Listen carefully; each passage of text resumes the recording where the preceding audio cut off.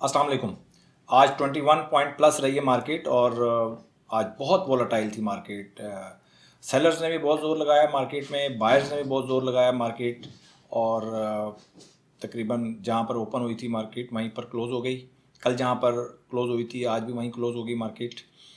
और वॉल्यूम की बात की जाए तो वॉल्यूम कम है, ठीक है, वॉल्यूम कम है कल से और वैल्यू भी कम है। आज 10 बिलियन का काम हुआ है, सिर्फ 17-18 बिलियन का काम होता है नॉर्मली।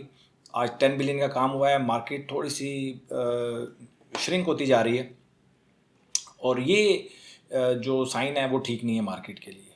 वैसे भी मार्केट आपको पता है कि स्ट्रगल कर रही है, पिछले 15 दिन से ज़्यादा हो गए हैं, 20 दिन हो गए हैं तकरीबन। मार्केट बहुत ज़्यादा स्ट्रगल कर रही है। मेरा जर्नल आपको बता रहा होगा, मेरी कैटेगरीज वाला जो शीट है वो आपको बता रही होगी।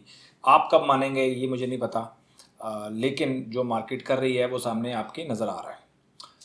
अच्छा जी, सबसे पहले अच्छा जी, इसके बाद हम देखते हैं आज दो स्टॉक्स थे जिनकी वजह से मार्केट थोड़ी सी संभली रही, फौजी फर्टिलाइज़र और ओजीडीसी।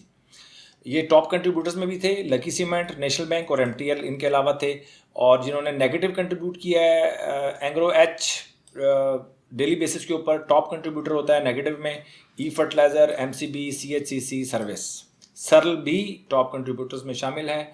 और तो ये थी थोड़ी सी मार्केट की समरी। इसके बाद हम चलते हैं टाइम ज़ाया किए बगैर कैटेगरीज की तरफ। तो कैटेगरीज को अगर हम देखें तो इस वक्त तकरीबन 65 स्टॉक्स हो गए हैं कैटेगरी डी के अंदर।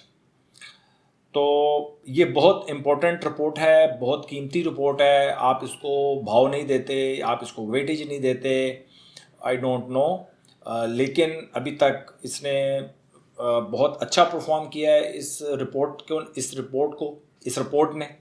और मैं बार बार आपको कह रहा हूँ कि अच्छा, ये मैं यहीं पर पहले भी डिस्क्लेमर दे देता हूँ कि ये जो रिपोर्ट है बेसिकली मोमेंटम ट्रेड जो करते हैं, मोमेंटम ट्रेडिंग जो करते हैं, ये उनके लिए जो अनलिमिटेड लॉस एक स्ट्रेटजी है। ये तो स्टॉप लॉस वाले, मतलब आप समझ लें कि जो स्टॉप लॉस के साथ लोग काम करते हैं उनको ये जो शीट है वो मदद दे सकती है। और जो अनलिमिटेड लॉस करते हैं लोग, उनके लिए मैं शीट बना रहा हूँ। अभी जो मेरी अनलिमिटेड लॉस वाली जो मेरी प्लेलिस्ट है उस पर अगले वीक में कुछ वीडियोस आएंगी। तो अब टाइम नहीं होता, थोड़ा सा टाइम का इशू है, थोड़ा सा बैक टेस्ट मैं कर रहा हूँ चीज़ों को। ये खास कर ये जो रिपोर्ट है, कैटेगरीज की जो रिपोर्ट है अनलिमिटेड लॉस वालों के लिए भी मैं कोशिश कर रहा हूँ कि इस तरह की कोई रिपोर्ट बन जाए ताकि उनको स्टॉक सिलेक्शन में आसानी हो जाए। सबसे बड़ा जो प्रॉब्लम है होता है वो स्टॉक सिलेक्शन होता है। तो जो मोमेंटम ट्रेड करते हैं, जो स्टॉप लॉस के साथ काम करते हैं, या जो शॉर्ट टर्म ट्रेड करते हैं लोग, बेशक वो स्टॉप लॉस के साथ ना भी कर रहे हो, उनके लिए भी ये रिपोर्ट जो है बहुत इम्पोर्टेंट है। और इसने वक्त गुजरने के साथ साथ साबित किया है कि मैं ठीक हूँ। देखें, कैटेगरी डी के अंदर जो स्टॉक्स थे और पिछले 10 दिनों से, 12 दिनों से, 15-20 दिनों से स्टॉक कैटेगरी डी में है, और कैटेगरी डी में होते हुए अगर आपने उसको एवरेज किया है या उसके अंदर बाइंग की है तो फिर आपने गलती की है, ठीक है। मार्केट स्ट्रगल कर रही है।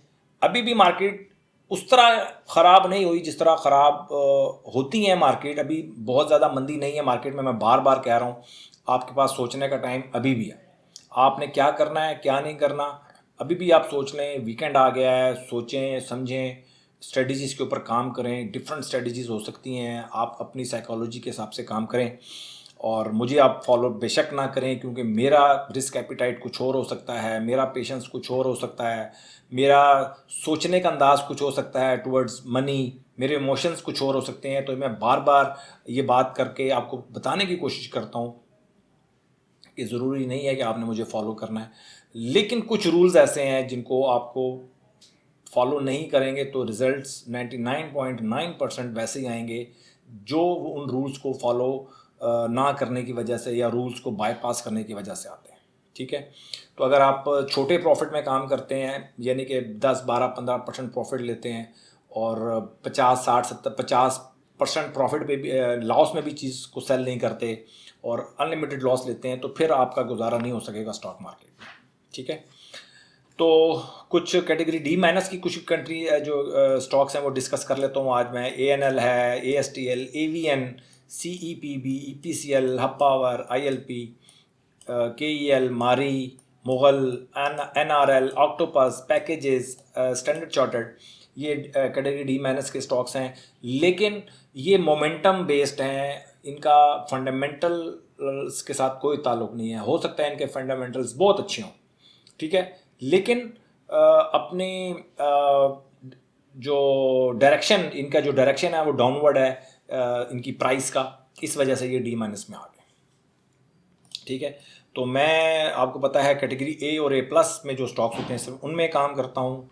और अगर मेरी पोजीशन की बात की जाए तो आप देख सकते हैं कि इनमें नेशनल बैंक, UBL और लकी ये कैटेगरी ए में है, आदमजी इंश्योरेंस भी है, और CPHL कैटेगरी बी में, DCR, इंडस मोटर और एबट, ये 2 स्टॉक्स ऐसे हैं जो कैटेगरी डी में हैं, लेकिन मेरी प्राइस में से अभी 2-3% नीचे हैं, तो इसलिए मैं इनको नहीं सेल कर रहा। लेकिन कैटेगरी डी में आ गए हैं क्योंकि स्टॉक्स बड़े हैं बेसिकली, तो इनकी मूवमेंट ज़रा डिफरेंट होती है, इसलिए कैटेगरी डी में है।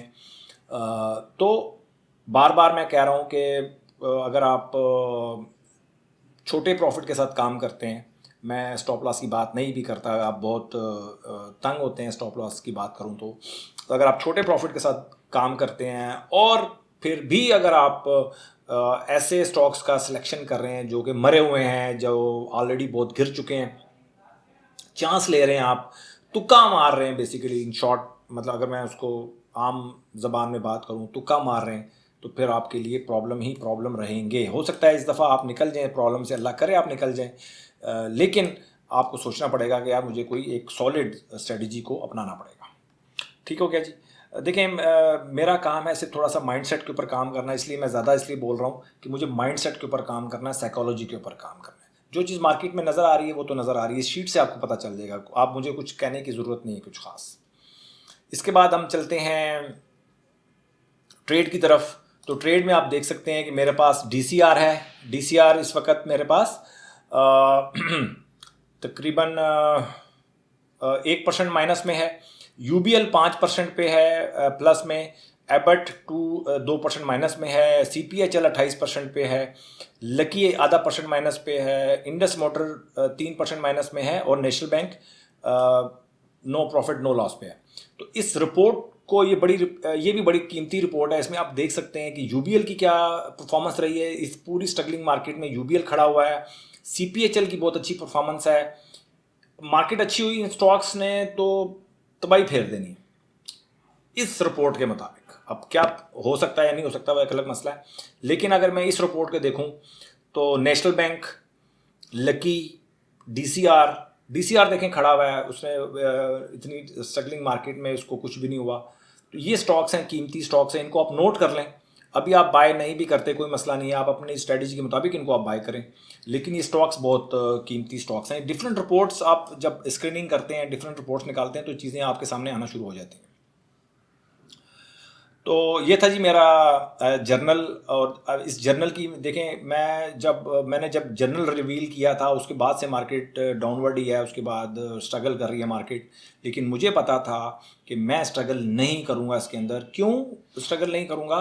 कि मेरी जो स्ट्रेटजी है मैंने उसके ऊपर बैक टेस्ट किया हुआ है बहुत ज़्यादा, मैंने उसके ऊपर फ्रंट टेस्ट भी बहुत किया हुआ है, उसके ऊपर मैंने बैक टेस्ट भी बहुत किया हुआ है। आप कभी भी इसमें फंस सकते ही नहीं है। अगर आप मैं सिर्फ TKT की बात कर रहा हूँ, आप इसमें नहीं फंस सकते, इसलिए कि इसके हर सवाल का जवाब है इसके अंदर। ठीक है, कोई ऐसा सवाल नहीं है जिसका आपको हाँ, एक होता है कि आपका स्टॉप लॉस हिट होता है, मार्केट गिरेगी, लॉस होगा। देखें, इस सवाल का जवाब मेरे पास नहीं है। अगर आपके पास है, आप ढूंढ सकते हैं तो आप ढूंढ लें कि मार्केट गिरती हुई मार्केट में आप प्रॉफिट में होंगे। ऐसा नहीं हो सकता। मार्केट जब आपके अपोजिट चल रही होती है तो थोड़ा बहुत आपको लॉस बर्दाश्त करना पड़ता है, ये प्रीमियम होता है, ये इंश्योरेंस है, प्रीमियम है। जब मार्केट हाँ, अगर मार्केट परफॉर्म करे, मार्केट अच्छी परफॉर्म करे और आप प्रॉफिट ना बनाएं, तब भी आप लॉस करें, फिर आप कह सकते हैं कि स्ट्रेटजी में प्रॉब्लम है। तो जब मार्केट परफॉर्म करेगी, हम टाइमली मार्केट के अंदर इंटर रहेंगे, और जो लॉसेज होंगे वो तो थोड़े से टाइम में ही हमारे पूरे हो जाएंगे। ठीक है, इतना ज़्यादा लॉस है भी नहीं। तो यहाँ से अगर मार्केट खुदा ना खास्ता क्रैश होती है या मार्केट बहुत ज़्यादा नीचे जाती है तो हमारे लिए कोई प्रॉब्लम नहीं है। 2-3 आइटम्स हैं, ये भी हमारे स्टॉप लॉस के साथ हिट हो जाएंगे, उसके बाद हमारी एंट्री बनेगी नहीं। हो सकता है कि यहाँ से मार्केट अगर 1-1.5 महीना 2 महीने भी नीचे रहती है, हमारी नई एंट्री बनेगी नहीं। जब नई एंट्री नहीं बनेगी तो क्या होगा? परेशानी नहीं होगी, मार्केट गिर रही होगी। देखिए, मार्केट का गिरना it's a part of business. मेरे कहने से ना मार्केट ने बढ़ना है ना मार्केट गिरना है, लेकिन मेरा काम है आपको बताना कि मार्केट गिर सकती है। ये हर वक्त आपके जहन में रहना चाहिए। दूसरी बात यह है कि मार्केट बढ़े मार्केट गिरे, हमें कोई फ़र्क नहीं पड़ना चाहिए, आपकी ऐसी स्ट्रेटजी होनी चाहिए। बाकी बहुत सारी चीज़ें मुझे लगता यही है कि मेरी 90% ऑडियंस जो है वो अनलिमिटेड लॉस वाली है। तो मैं कोशिश करूँगा कि नेक्स्ट वीक लगा के, इस वीकेंड के ऊपर भी मैं बहुत सारी चीज़ें बना के आपको जल्द अज जल्द आपके सामने रखूँ, ताकि आप उसकी रोशनी में काम करें। अगर अनलिमिटेड लॉस में जाना भी है तो फिर आप उस स्ट्रेटजी की तरफ आ जाएं। मैं देखिए, मैं कुछ भी बयान करता हूँ तो मैं तो कॉन्फिडेंट होता हूँ अपनी बात के ऊपर। मुझे वो कॉन्फिडेंस होता है, मैं उसी कॉन्फिडेंस के साथ बात करता हूँ। मेरे पास अभी 2 स्ट्रेटजीज़ हैं। एक तो स्टॉप लॉस वाली स्ट्रेटजी है, ठीक है। मेरे पास 2-3 और स्ट्रेटजीज हैं, मैं नहीं रिवील कर रहा, इसलिए रिवील नहीं कर रहा।